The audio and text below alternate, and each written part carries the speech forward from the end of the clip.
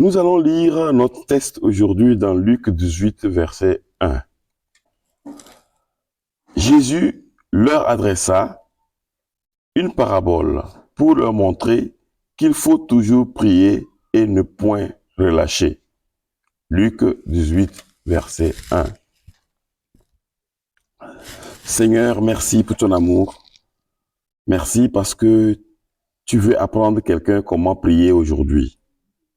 Tu veux montrer à quelqu'un que la prière est importante et que le droit qu'il a, oui, il ne peut que le recevoir par la prière. Et Père, je prie que Seigneur, cette parole amène quelqu'un à être transformé. Au nom de Jésus. Amen. Amen.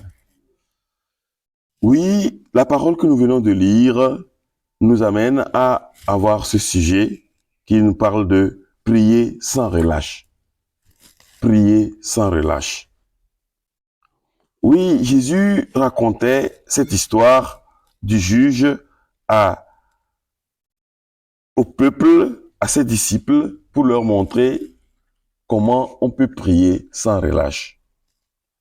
Parce que la Bible nous dit que c'est un juge qui devait donner un jugement, rendre un jugement à une veuve qui était en difficulté.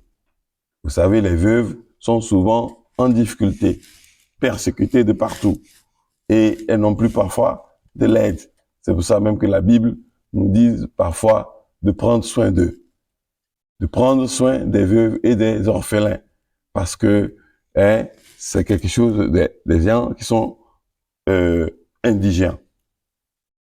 Donc, Dieu parle de ce juge qui devait rendre ce jugement à cette dame. Mais Jésus dit quelque chose. Ce monsieur n'avait pas d'égard à personne. Il ne craignait pas Dieu, il ne craignait personne. Mais la dame venait chez lui tous les jours pour lui dire « Rends-moi justice. Aujourd'hui, rends-moi justice. Demain, rends-moi justice. Il veut sortir, rends-moi justice. Il veut rentrer, rends-moi justice. » Et tout le temps, quand il vient dans le palais de justice, dans son bureau, il doit voir cette dame qui lui dit « Rends-moi justice. » Et quand il veut sortir, il sait qu'il va rencontrer encore cette dame qui va lui dire « Rends-moi justice. » Mais cette femme utilisait quelque chose de très important que tu dois savoir aujourd'hui. La loi de l'importunité. Elle savait que quand on importune quelqu'un, on va recevoir. Elle connaissait son droit et elle connaissait la loi de l'importunité. Mais le juge, lui, il savait qu'il avait l'autorité et qu'il n'avait d'égard à personne. Mais il ne savait pas que son autorité ne peut pas résister devant l'importunité. Parce que son autorité était perturbée au point où le juge qui avait l'autorité et qui n'avait d'égard à personne et qui ne faisait rien pour quelque chose, a trouvé que la dame lui rompait la tête. Il se disait, mais ce matin, quand je vais aller, je dois rencontrer cette dame. Et il se disait encore, oh, quand je vais sortir pour partir, aller me reposer à la maison, je dois rencontrer cette dame. Oh là là, cette dame me rompt la tête. J'ai besoin de choisir. Soit je choisis mon autorité et je continue à avoir une tête rompue, et ça serait grave puisque je peux devenir fou. Ou je choisis de rendre justice à cette dame pour avoir la paix. Le jugement est fait. Il a choisi tout de suite la paix. Il a choisi la paix. Et il a rendu justice à cette dame. Le même scénario se trouve aussi dans Luc 11, 6 à 8. où on dit qu'un homme est venu du voyage. Et quand il est revenu chez son ami, l'ami n'avait pas à manger. Il est parti chez son voisin qu'il aime bien, son voisin avec qui ils sont ensemble, et il a cogné pour que le voisin ouvre. Le voisin dit, non, il fait nuit. Et mes enfants et ma femme et tout le monde dort. Et même j'ai fermé la porte. Je l'ai même verrouillée. Donc je ne peux pas me lever. Vas-y, demain matin, tu peux venir, on va voir ça. Demain matin, quand tu viens, qu'est-ce qu'on va voir? Les pains chauds sont déjà sortis. Ou bien, hein? Partout, dans tous les quartiers, le matin, déjà à 6 heures, tout le monde, pain chaud, pain chaud, pain chaud. Mais on veut pain pour cette nuit. On ne veut pas pain pour demain matin.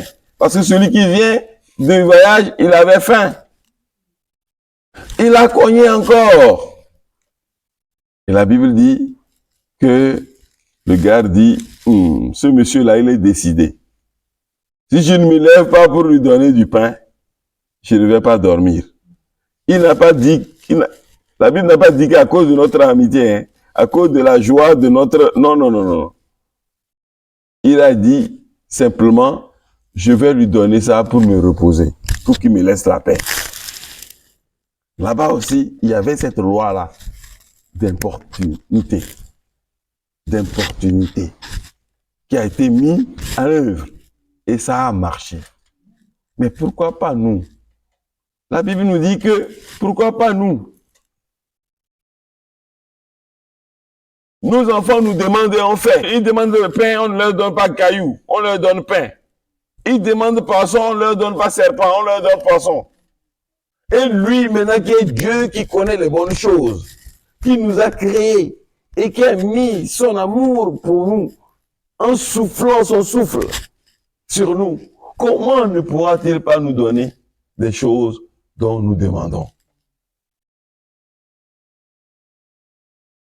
Persévérons dans la demande.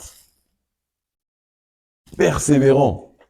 Cette dame a eu gain de cause parce que elle a persisté, elle a persévéré, elle a prié sans relâche.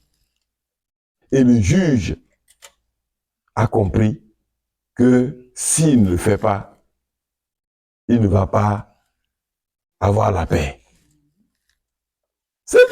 Cette dame connaissait son droit. Elle savait qu'un juge est là pour rendre justice. Elle connaissait son droit. Elle savait qu'un juge est là pour rendre justice. Si elle ne connaissait pas son droit et qu'elle était contre, c'est-à-dire elle enfreignait aux lois, le juge allait demander qu'on n'a qu'à l'enfermer. Est-ce que le juge a demandé de l'enfermer?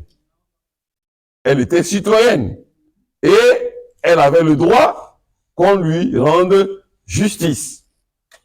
Vous aussi, vous êtes enfant de Dieu. Et Dieu dit que c'est votre droit de demander. Il va même jusqu'à dire que vous n'avez pas jusqu'alors demandé quelque chose. Hein? Dans Jean 16, 21. Jusqu'alors, vous n'avez pas encore, 24 plutôt. Jusqu'alors, vous n'avez pas encore demandé.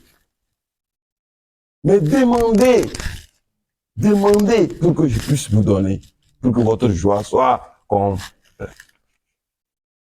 C'est votre droit. Cette dame connaissait son droit. Elle a demandé. Et toi, ton droit, il faut le reconnaître et user de ce droit. Ne laissez pas votre droit se noyer dans les plaintes. Ne laissez pas votre droit se noyer dans les plaintes. Non. Réveillez-vous. Comme cette dame, comme cette veuve. Ne laissez pas vos droits se noyer dans les plaintes, dans les pleurs, je sais pas, dans les inquiétudes, dans les soucis. Non. L'ennemi vous envoie tout ça pour noyer vos droits. Mais aujourd'hui, Seigneur, aide quelqu'un. Aide quelqu'un à reconnaître ses droits. Au nom puissant de Jésus. Amen. Amen. Seigneur, je te prie ce matin Parce que tu nous as donné cette grâce de reconnaître nos droits, de les demander, parce que tu nous as appelés pour le royaume.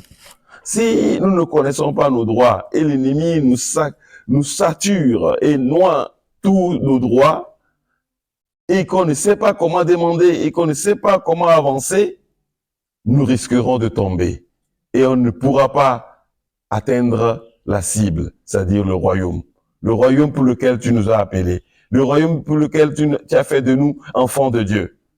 Papa, ce matin, donne à quelqu'un de comprendre ça. Amen. Donne à quelqu'un de savoir ça. Amen. Et de saisir ce droit, de saisir son droit pour réussir au nom de Jésus. Amen. Amen.